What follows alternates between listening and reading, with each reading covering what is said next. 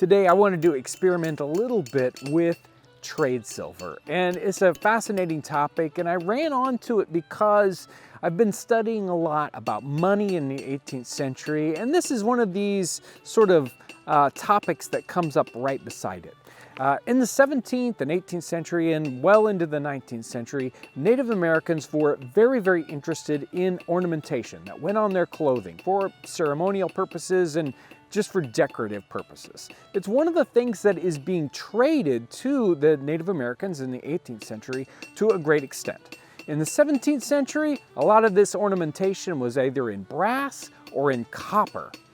When we get to the 18th century, all of a sudden, silver becomes the decoration of choice.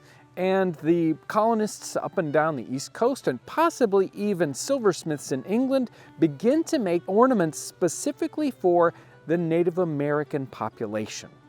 And it tends to kind of fall into some very interesting design categories. It's not the same kind of designs that you would see in European jewelry, but specific designs that the Native Americans were interested in. There's some very interesting connections that we've got here, and one of these is in Nicholas Creswell's journal. And I've talked about Nicholas Creswell's journal in dozens of videos now, and it seems like there's always some very interesting little reference inside this to all these different various topics. And there are multiple references to Native American ornamental trade silver, and let me read to you a couple of these. So in 1775, in the beginning of 1775, he decides he wants to go on a trip into the interior of North America to scout out the land, to see what farmland is like, but at the same time he decides he wants to do a little bit of trading with the Native Americans, maybe to help support his trip so he can earn a little bit of money.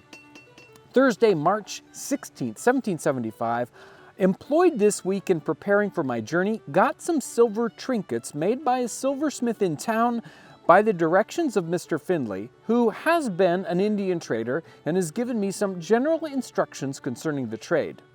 Just a few days later, Tuesday, March 21st, preparing for my journey, got my silverware packed up in as small a compass as possible. Mr. Findlay advises me to trade with a party of Delawares that are settled on the Wabash River for beaver skins. Mr. Findlay gave me a letter of credit to Mr. Richard Winston at Kaskaskia Village, Illinois. So he is hoping to travel way into the interior. In fact, almost to where we are right now here in Indiana. Wabash River is just about 50 miles south of here and snakes all the way down to the Ohio, and it's likely that he's coming up to trade clear to about Lafayette, Indiana. And then he also has this letter of credit going up into Illinois. So he's expecting to travel way into the interior to do some trading. In this first travels, he does not end up going far enough. He doesn't interact with Native Americans hardly at all in this particular travels, but when he gets back, a month and a half later, he decides he still has his silver and he needs to figure out how to get rid of it. So he makes another plan to go not quite so far into the interior, but specifically to interact with the Native Americans. Monday, August 21st, the same year, Mr. Anderson informs me that the Indians are not well pleased at anyone going into their country dressed in a hunting shirt. Really interesting piece there. I got a calico shirt made in the Indian fashion, trimmed up with silver brooches and arm plates so that I scarcely know myself. He wants to travel into the interior, and since he's going to be interacting with the Native Americans a lot, he decides he needs to dress and ornament himself in that way so that they'll be happier to deal with him. Later on, Thursday, August 31st, he's back into the interior there. He's at a Native American village. He says, Mr. Anderson could not find his horse. He's traveling with Mr. Anderson. I sold all my goods for furs. In the afternoon, rambled about town, smoking tobacco with the Indians, and did everything in my power to make myself agreeable to them. So he was able to go and trade his silver into the Native American marketplace there for furs that he's going to take back with him. Unfortunately, his little experiment with commerce with the Native Americans does not work out all that well for him. He does not make any great quantity of money from these interactions, but he certainly learns a lot. So we have silversmiths making up these ornaments specifically for the Native American trade. Some of this is coming from England, some of it's being made along the East Coast, but there's also records of people making trade silver right here on the frontier in some of these frontier trading posts. We've got some very, very interesting records. So like Fort Wayne, which is just 40 miles to the east of here, had a trading post that was interacting with the Native Americans all through the 18th century into the 19th century.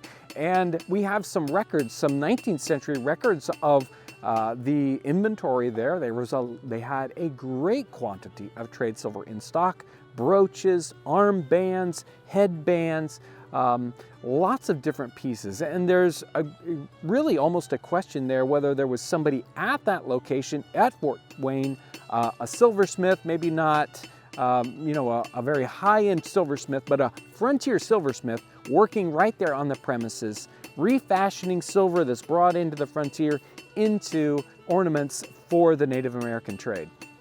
I thought it would be great here on the homestead to do a little experimenting, to see if we can create some pieces just like they would have done in the 18th century in a frontier setting like this. So Brandon's here in the blacksmith shop, and we've kind of gathered up the sorts of tools that you would need to do this silversmithing on the frontier. Let's see how it turns out. Today on the homestead, we are making trade silver. We're making pretty little pieces. We're taking coinage, which is sterling silver, and we're making it into something that would be more appealing for the natives of the area, something to trade with them with. To make this, we're taking our coin silver and we'll knock out a chunk and flatten it out. And we're going to flatten it out on this special anvil. It's got a nice, perfectly flat, perfectly smooth polished surface. And our ball peen hammer has perfectly smooth polished surfaces as well. We don't want any extra nicks or mars in it. We want it to be as flat as we can right off the bat. And we're using very rudimentary tools as far as everything else goes. Basic saws and pump drills and files to get just the shape we're after. We're going to start by scribing it out with an awl to get our design, and we'll have to pierce it and saw it and do a lot of final fitting. This will be the first heart brooch I've ever made, as opposed to a blanket pin or other types of brooches. This one will be a little finer.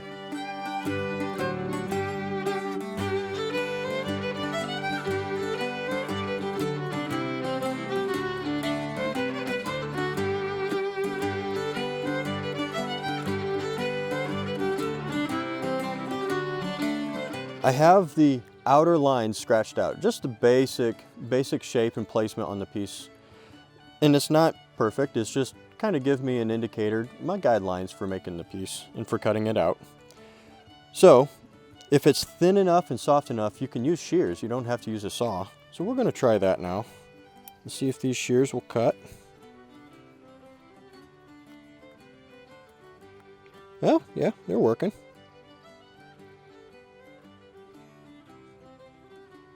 And I have my piece of leather here on top of the anvil to catch any little pieces, because we want to save every last little bit because we can melt it back down later.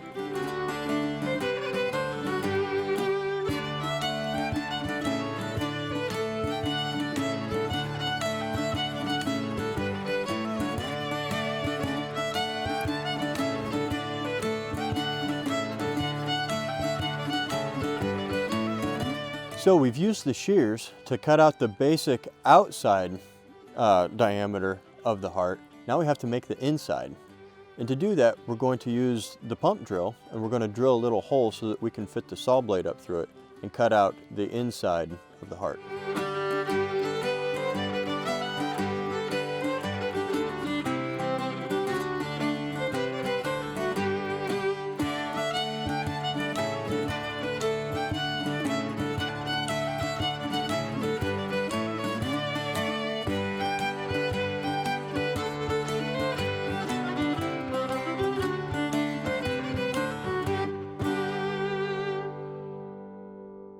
Here we have our silver heart shape. We've used the shears to cut around the outside, and then we've pierced it with the saw to cut out the inside. The next step is to file it, and that gives all our final finishing, and we get it just exactly what we want.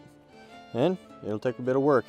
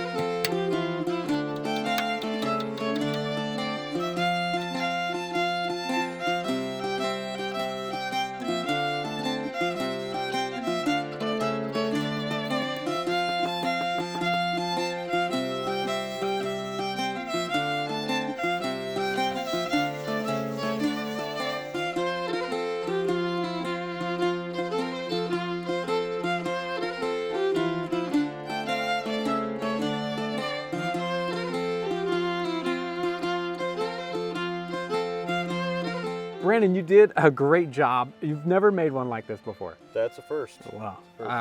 Mine wouldn't have been nearly this good, so I'm glad I had Brandon do it instead of me. I can imagine a piece almost exactly like this, and possibly a piece exactly like this, made in Fort Wayne 200 years ago, just 40 miles from here. Pieces like this were used, and we get these incredible descriptions of them.